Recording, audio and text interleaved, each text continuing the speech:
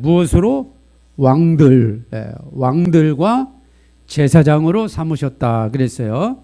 자, 5장에도 또 동일한 말씀이 있거든요. 자, 5장에 9절 10절 말씀을 한번 보겠습니다. 자, 5장 9절 10절에 같이 한번 읽어볼까요? 시작. 새 노래를 노래하여 가로되 책을 가지시고 그 임봉을 떼기에 합당하시도다.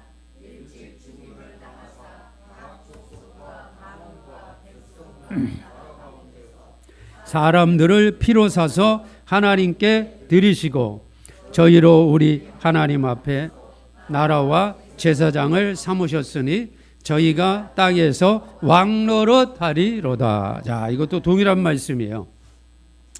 이제 작은 책을 천사가 갖고 있는데 이거 누구도 임봉을 뗄 수 없어요. 근데 이제 우리 예수님이 그 임봉을 떼시는데 임봉을 떼시기에 예수님이 합당하시다는 거죠. 당연한 이제 예수님만 하실 수 있는 건데 일찍 죽임을 당하시고 예수님이 십자가 필려 죽임 당하시죠. 그리고 각 족속과 방언과 백성과 나라 가운데 이거는 온 세계 열방을 얘기하는 거예요. 지금 전 세계 모든 나라, 모든 국민들을 다 얘기하는 겁니다. 그 나라 가운데 사람들을 피로 사서 하나님께 드리시고 이제 예수 그리스도를 우리가 믿음으로 고백하면 이제 죄에서 저주 사망에서 우리가 완전히 해방되잖아요. 그래서 하나님 앞에 드렸다 이 말이에요. 화목제물로 예수님이 흘려 죽으시고 이제 우리가 하나님의 자녀가 된 거예요. 근데 저희로 이제 우리가 우리 하나님 앞에서 아까 이제 1장 6절에서는 하나님의 이제 나라를 세우는데 그렇게 만드셨다는 똑같은 의미죠. 우리 하나님 앞에서 나라와 제사장을 삼으셨다 그랬어요. 자, 여기도 똑같은 거예요. 나라 이것도 왕들이에요. 왕들, kings, 왕들, 왕들과 제사장을 삼으셨다. 누가 왕이에요? 성령으로 인침받은 하나님의 자녀들이 왕들이고 제사장들은 천사가 인친 14만 4천의 무리들, 즉 야곱의 남은 자들. 혈통적으로 유대인뿐만 아니라 이방인에도 야곱의 남은 자들이 많아요. 요셉 지파가 들어가니까 이런 야곱의 남은 자들이 전부 이제 제사장이 될 거예요. 그러니까 왕들과 제사장을 분명히 구분해 가지고 하나님 앞에 드렸다 이 말이에요. 드렸다. 그러니까 우리가 다 왕들로 하나님 앞에 드림받아야 됩니다. 그래서 저희가 다 그리스도와 함께 왕노릇 하리로다. 물론 제사장도 엄청난 권세가 있죠. 그러니까 제사장도 그 권세를 가지고 있으니까 왕처럼 왕은 아니지만 제사장들도 하나님의 종들이라고 그 사람들이 하찮은 사람들이 아니에요. 하나님의 종들도 어마어마한 거예요. 부활체인데 왕노릇 한다 이 말입니다. 자, 이것을 잘 이해하시고 깨달으시기 바랍니다. 이렇게 분명히 구분되어 있어요. 자, 그래서 오늘 오전 말씀에 이 부분을 정확히 이해하시고 자, 이제 오후에 7교회에 대해서 조금 할 텐데 먼저 1장에 12절 말씀 보세요. 11절엔 이제 에베소부터 라오디게아까지 7개 교회를 쭉 지명을 적어놓고 12절 몸을 들이켜 나더러 말한 음성을 알아보려고 해요. 돌이킬 때에 7 금초대를 보았다. 7 금초대. 자, 우리는 이제 성막을 많이 해서 금초대 하면 이제 바로 이제 딱 생각나죠. 실물도 있으니까. 7 금초대입니다. 7 금초대. 자, 요 성막의 7 금초대, 금등대 똑같은 거예요. 이 금등대를 얘기하는 거예요. 자, 요 7 금등대. 자, 여기에 7개의 등잔이 있잖아요. 이게 7 교회라 이 말이에요. 그리고 7 영이다. 하나님의 영, 지혜의 영, 지식의 영, 총명의 영, 모략의 영, 재능의 영, 하나님을 경외하는 영. 7 영. 이해되시죠? 7 영. 그리고 7 교회. 또 7 절기도 또 나눌 수가 있어요. 유월절, 무교절, 초술절, 오순절. 오순절이 가운데 있잖아요. 오순절 전, 오순절 후를 나눌 수가 있어요. 오순절 후, 나팔절, 속죄일, 초막절. 자, 7교회는 에베소, 서머나, 버가모, 두아디라, 사데, 빌라델비아, 라오디게아. 우리 청년들 다 외워야 돼. 다음 주 다 시험 볼 거야, 지금. 예. 7영, 청년들은 이런 건 다 알아야지. 예. 7영, 7교회, 7절기. 시험 볼 거야. 괜히 민겸이 앞에 앉아가지고 대표로 지금 시험 본다니까 왜 나만 고개 푹 숙이고 있냐. 자, 7교회. 자, 이 교회에 7교회 사이를 다니신다 그랬어요. 지금 그렇게 나오잖아요. 7금초대 사이를 다니신다. 이건 뭐예요? 7금초대 사이를 이렇게 다니신다라는 것은 7교회를 다스리고 주관하시다는 의미죠. 7교회를, 모든 교회를 통치하시고 다스리는 그분이 예수님. 당연하죠. 왜? 예수님은 교회의 머리시잖아요. 머리. 우리는 그의 몸이다. 예수님은 교회의 몸, 우리는 그분의 지체. 예수님은 교회의 머리. 이게 예수님과 우리의 관계예요. 그렇기 때문에 우리도 7교회 안에 지금 다 포함이 되는 거예요. 포함이 되는데 다른 교회들 생각하지 말고 오직 우리는 무슨 교회만 생각하자? 빌라델비아만 생각하자. 빌라델비아. 7교회의 모습이 있는 거는 분명해요. 이건 부인할 수 없어요. 한국교회에 6만 교회가 있지만 다 7교회 안에 다 포함되는데 그 안에 빌라델비아 교회가 얼마나 있을까? 예, 그건 하나님만 아시지만 예, 우리도 대략 짐작은 할 수 있죠. 예, 좁은 문으로 들어가라. 좁은 문으로 들어가는 사람들은 많다 적다? 적어요. 예, 넓은 길은 편하니까 쫙쫙. 예, 얼마나 편해요. 좁은 길은 힘들어. 안 들어가려고 그래. 예. 그러나 우리는 힘들어도 진리가 있으면 그 길로 들어가야 돼요. 그게 빌라델비아 교회예요. 예. 그래서 7 교회를 다니시는 분이 바로 우리 예수님.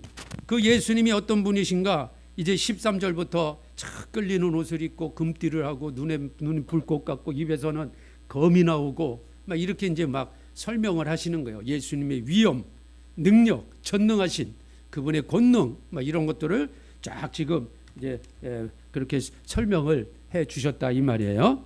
자, 그리고 하나 이제 뒤로 넘겨서 20절 보면 자, 내 본 것을 내 오른손에 7별의 비밀과 7 금초대라. 7별의 비밀과 7 금초대라 그랬어요. 자, 이게 이제 이걸 이제 풀어 주시는 거예요. 이제 예수님이 하나하나. 그럼 7별은 뭐냐? 7별은 7교회의 사자요 그랬어요. 사자. 이 사자가 뭘까? 자, 그리고 7촛대는 7교회다. 이제 교회는 우리가 충분히 설명했으니까. 그럼 7별은 7교회의 사자다. 자, 사자. 요 사자는 헬라어 거에는 앙겔로스, 이게 천사고 천사. 근데 천사로 쓰이고 또 하나 무슨 의미가 있냐? 메신저예요. 메신저. 메시지를 전달하는 사람. 사자지. 그러니까 사자. 사신. 예, 사신이라 그러면 좀 더 이해하기 쉽죠. 예, 왕의 명령을 받들어서 다른 나라에 가서 전해주잖아요. 지금은 이제 각 대사가 있잖아요. 대사. 그죠? 대사가 각 나라에 대사가 있죠. 우리나라에 수교를 맺으면 대사를 파견하잖아요. 그럼 대통령이 매번 갈 수가 없으니까 누구를 보내요? 대사를 보내잖아요. 대사를 보내서 대통령과 우리 대한민국의 입장을 대사 보고 설명하자는 거죠. 그게 7별이라 이 말이에요. 네, 7별. 그러니까 하늘에 있는 천사, 천사라고 하는 앙겔로스 단어를 썼지만 천사뿐만 아니라 메신저라고 하는 뜻을 또 갖고 있어요. 왜? 그 당시에는 천사가, 이 당시에 지금 천사가 메시지를 다 가지고 오잖아요. 지금 천사가. 요한에게 천사자가 7인, 7 다 메시지, 또 천사가 나팔 불고 이거 다 천사가잖아요. 예. 그러니까 이때에 이 메시지를 가지고 오는 이 천사를 의미하고 지금은 이 하나님 이 오른손에 붙잡고 있는 7별이 누굴까요? 메시지를 전달하는, 복음을 전하는 사람들이 7별이에요. 복음을 전하는 사람들이 7별이라고. 목사님들만 7별이 아니라 저도 7별의 역할을 하는 거죠, 지금.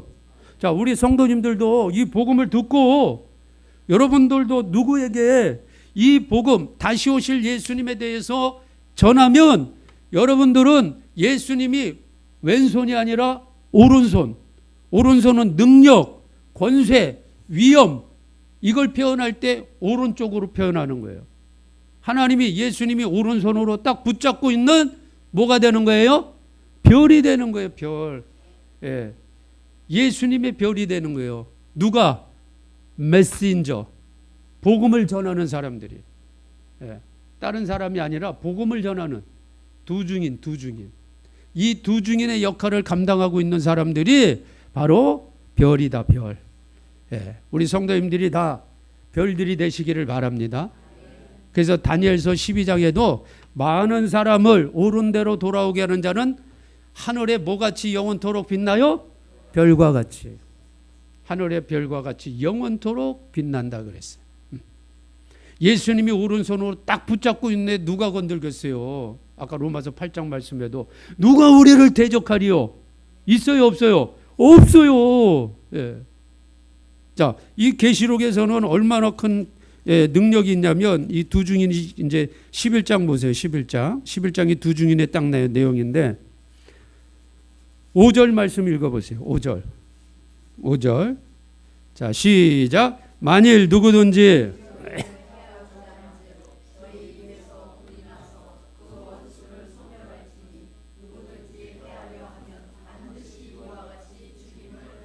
아멘.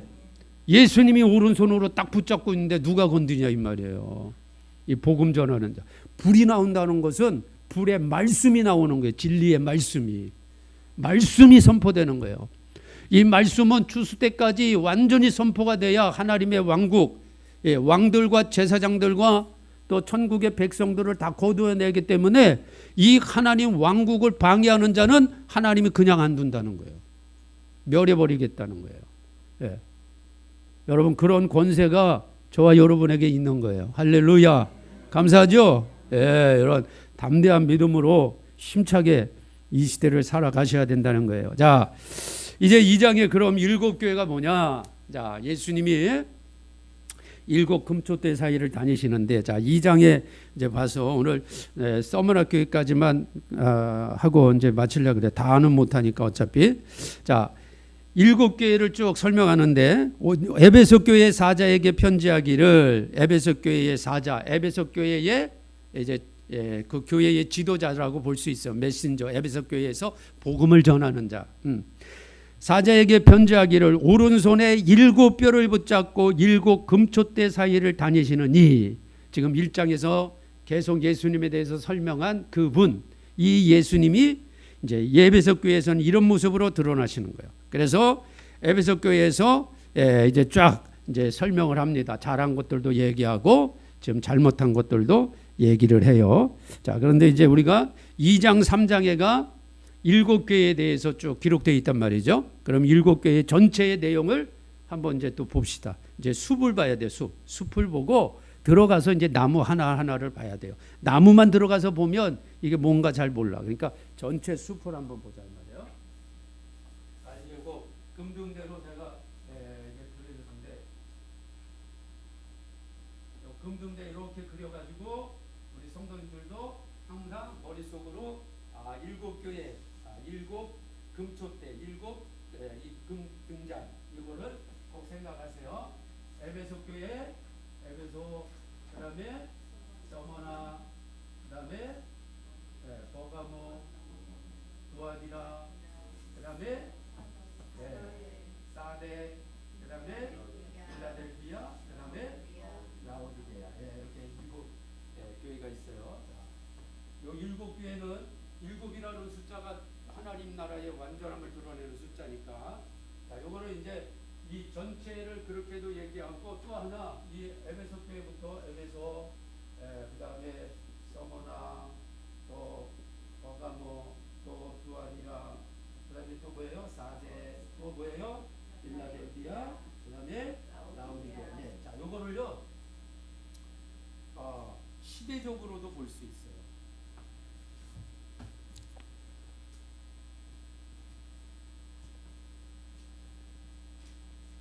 시대적으로도 볼 수 있어. 시대적으로. 예. 지금 우리가 예수님 당시부터 지금까지 시대적으로. 예. 그래서 에베소는 이제 교회가 막 오순절날 성령 받고 교회가 이제 막 시작됐잖아요. 그러니까 초대교회라고 볼 수가 있어요. 초대교회. 초대교회가 바로 이 에베소 교회입니다. 그다음에 서머나 교회는, 자, 에베소 교회 다음 시대에 오는 이 서머나 교회는 로마 13년 로마가 313년 그 기독교를 이제 우리 이 기독교를 공식 종교로 우리가 받아들인다 해서 기독교를 핍박하지 말라, 이제 그렇게 황제가 콘스탄틴이 이제 선언을 했거든요. 그 시대까지, 예, 그러니까 가장 핍박이 많았던 시대예요. 예. 교회가 처음 태동하고 그 다음 2세기부터 4세기 초까지, 그때가 바로 그걸 뭐라고 얘기해야 되나? 2세기에서 한 4세기 초인데 기독교가 공인되기 전에 핍박이 가장 많았던 시대. 요때는 이제 에베소 교회는 사도들이 12사도들이 활동했던 시대잖아요. 그러면 요때는 속사도라 그래요. 속사도. 그럼 속사도는 뭐냐? 사도들의 제자, 사도의 제자들이 활동했던 그런 시대다. 예. 속사도 시대인데 하여튼 가장 핍박이 심했던 시대, 요 서머나 교회 시대예요. 자, 그 다음에 버가모 교회는 이제 이때부터 로마 캐톨릭과 하나가 되어서 이제 로마 캐톨릭으로 이제 공교회로 바뀌는 그런 시대입니다. 로마 캐톨릭 시대가 열린 거죠. 로마 교회 시대에 열렸어요. 그다음에 두아디라 시대는 가장 암흑, 우리 중세 시대를 문화적으로도 암흑 시대라고 얘기하잖아요. 그렇죠? 암흑 시대라 그러죠.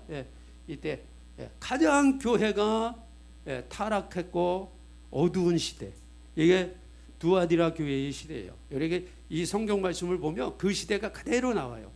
그 다음에 4대 교회는 요 암흑 시대를 벗어나서 루터, 칼빈, 종교 개혁자들이 이제 일어나기 시작한 시대. 종교 개혁이 일어난 시대. 암흑 시대에서 이제 종교 개혁이 일어나요. 그래서 4대 교회는 이제 하나님이 막 책망하시면서 이 암흑 시대에 흰 옷을 입고 다니는 거룩하고 정결한 사람들이 몇몇 있다, 그렇게 얘기하거든요.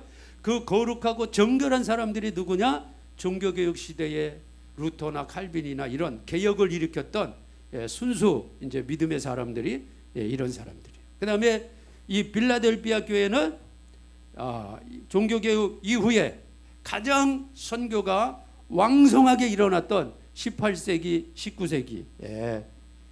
이때 이제 선교가 그냥 전 세계로 하고 우리나라에도 이때 이제 막 복음이 들어오기 시작하는 거예요. 공식적으로는 1885년에 들어왔지만 이 18세기, 19세기, 20세기 초까지 선교의 시대예요. 선교의 시대. 그래서 이 빌라델비아 교회 자체가 이름이 뭐냐? 형제사랑이에요. 형제사랑. 형제사랑. 이름 자체가, 지역 이름 자체가 형제사랑. 선교는 형제를 사랑하는 거잖아요. 그렇죠? 그리고 라오디게아 교회는 이제 이후에 지금 시대, 예수님 오시기 전까지 현 시대의 교회를 라오디게아 교회라 이렇게 얘기를 하는 거예요. 시대적으로 나누면 이렇다 이 말이에요. 큰 시대적인 흐름으로 나누면. 그러나 이제 뭐 이 시대에는 다 에베소 교회만 있냐? 아니라 이 시대에도 7교회가 다 있고 이 시대에도 7교회가 있고, 그렇죠? 모든 시대에 다 7교회가 다 있어요.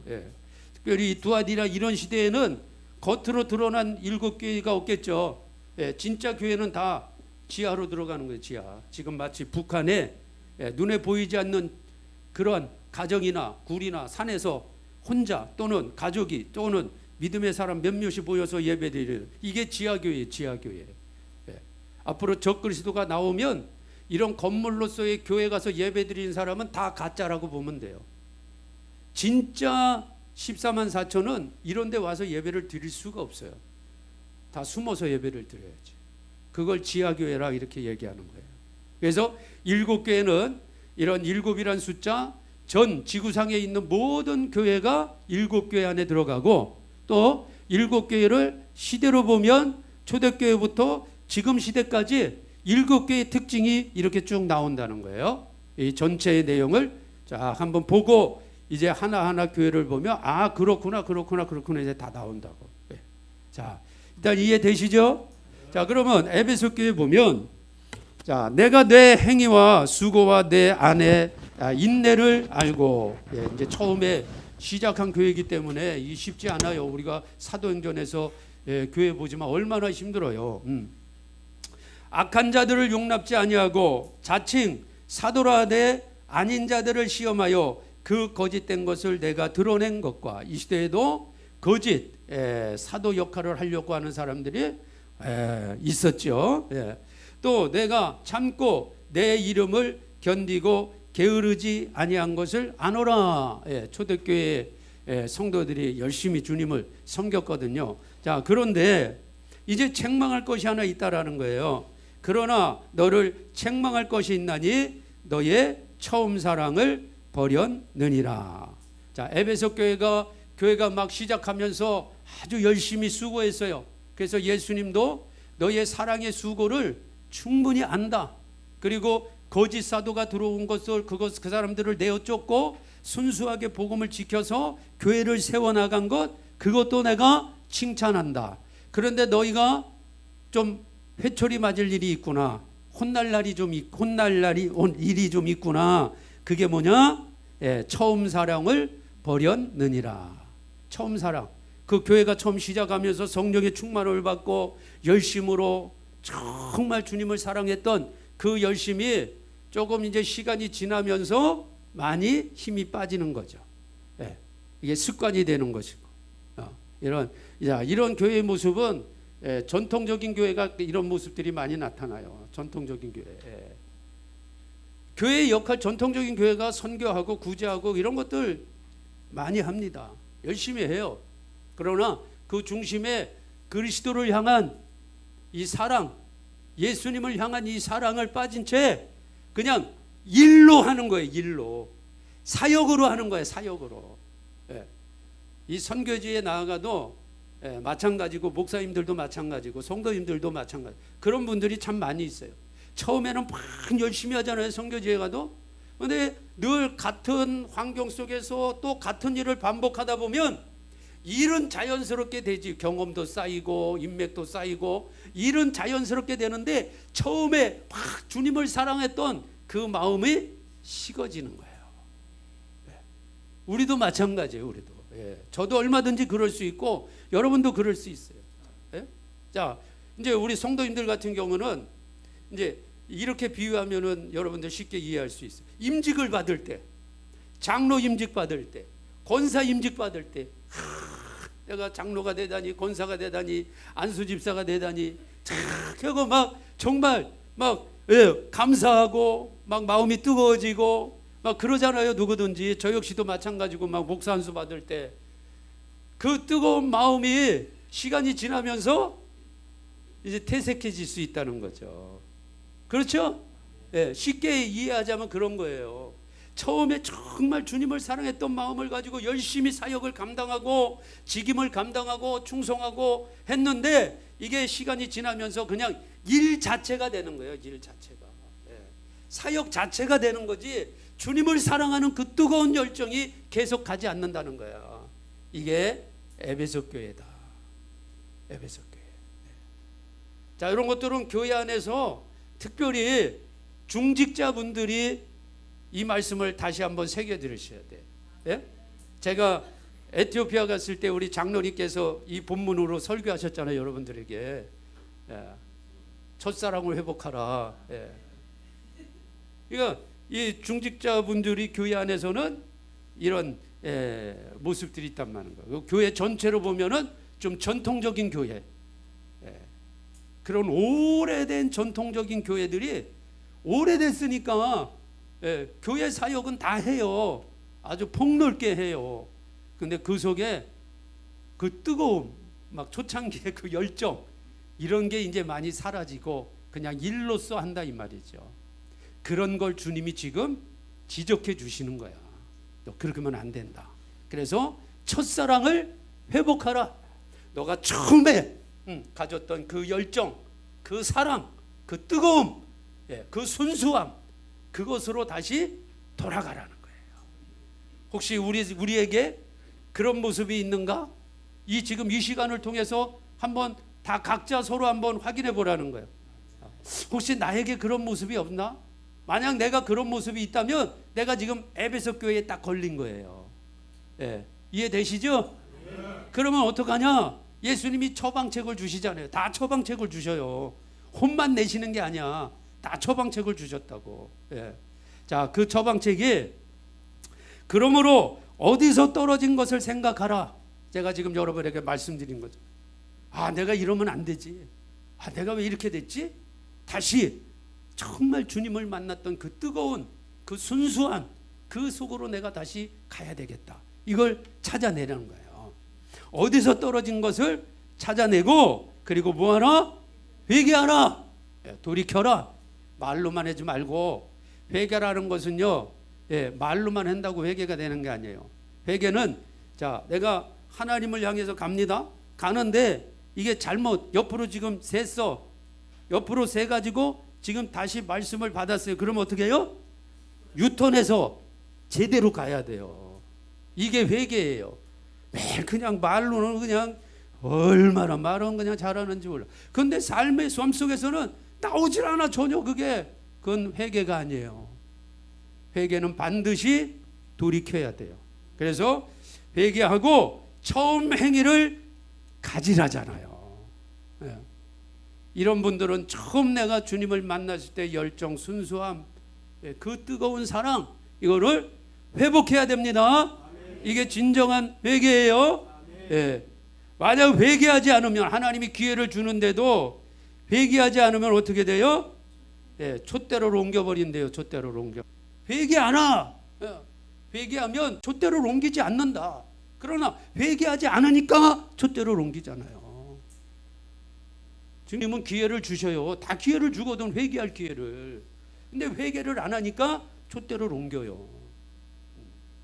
이미 한국교회는 교회 전체로 봤을 때는 촛대가 다 옮겨졌어요. 이미 WCC에 다 굴복했는데, 로마 캐토릭과 신앙을 같이 하는 일지에 사인을 다 해버렸는데, 무슨 로마 캐토릭이 완전히 마리아를 숭배하는 집단인데 거기하고 신앙을 같이 하자는데 하나님이 거기 같이 하시겠냐고. 그런데도 무슨 한국교회에 뭐 부흥의 불길이 아직까지 오르냐고. 그런 거 아니에요. 회개하면 기회를 주지만 회개를 안 하니까 촛대로 옮기지.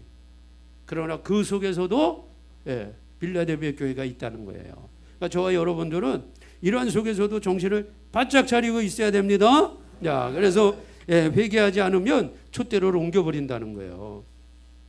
오직 내게 이것이 있으니 내가 니골라당의 행위를 미워하는도다. 나도 이것을 미워하노라. 참, 이 니골라당은요, 여기뿐만 아니고 계속, 니골라당은 계속 나와요. 계속. 참, 이 니골라당. 그 당시에 영지주의도 있고 이단들이 많았는데, 자, 니골라당을 오늘날 제일 가까운 이단으로 본다면 구원파입니다. 구원파처럼 생각하면 돼요. 이 니골라당의 교리가 오늘날 구원파의 교리와 가장 근접해요. 한번 구원받으면 그냥 멋대로 살아도 구원된다는. 이게 니골라당 구원파의 아주 위험한 교리. 돌아오는 사람이 이긴 자예요. 그래서 항상 예수님이 회개하라, 그리고 회개해서 돌아오면 이긴 자다. 이게 상급을 딱 예비하고 있거든요. 그런데 누가 이기는 자가 되느냐? 자, 7절에 귀 있는 자는 성령이 교회들에게 하시는 말씀을 들을지어다. 이게 공통점거예요. 7교회에 다 똑같이 나오는 말씀이에요. 물론 이제 서머나와 빌라델비아는 회개하라는 말씀이 없어요. 나머지 5교회에는 동일하게 나오는 거예요. 죄를 지적하고 회개하라. 그리고 성령이 귀 있는 자는 들을지어다. 성령의 말씀을 들을지어다. 그러니까 아무리 말씀을 전해도 안 듣는 사람이 있다는 거예요. 안 듣는 사람이. 귀가 닫힌 사람이 있어. 그러나 영의 생명들은 열려요, 이게. 또 산영을 가진 혼의 생명도 영의 생명까지 말씀은 못 듣지만 자기에게 해당되는 이 혼적 말씀은 또 듣는 거야. 그러니까 돌아오는 거죠. 예.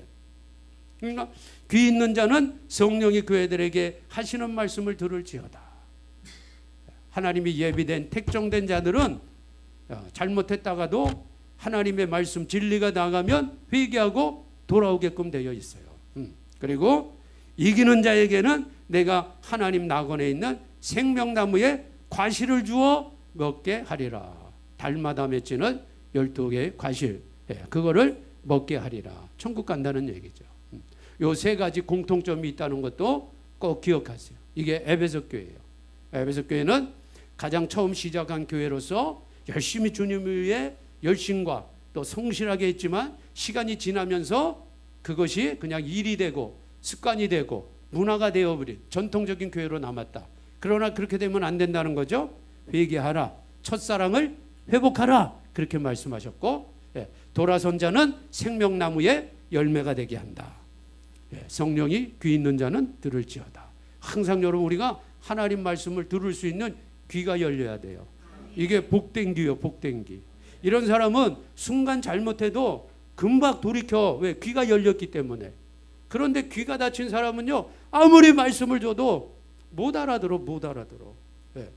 그러니까 귀가 열렸다는 것이 얼마나 이게 감사한 일인지 모릅니다. 항상 여러분들 열린 귀를 가지고 사셔야 됩니다. 자, 두 번째 서머나 교회입니다. 이 서머나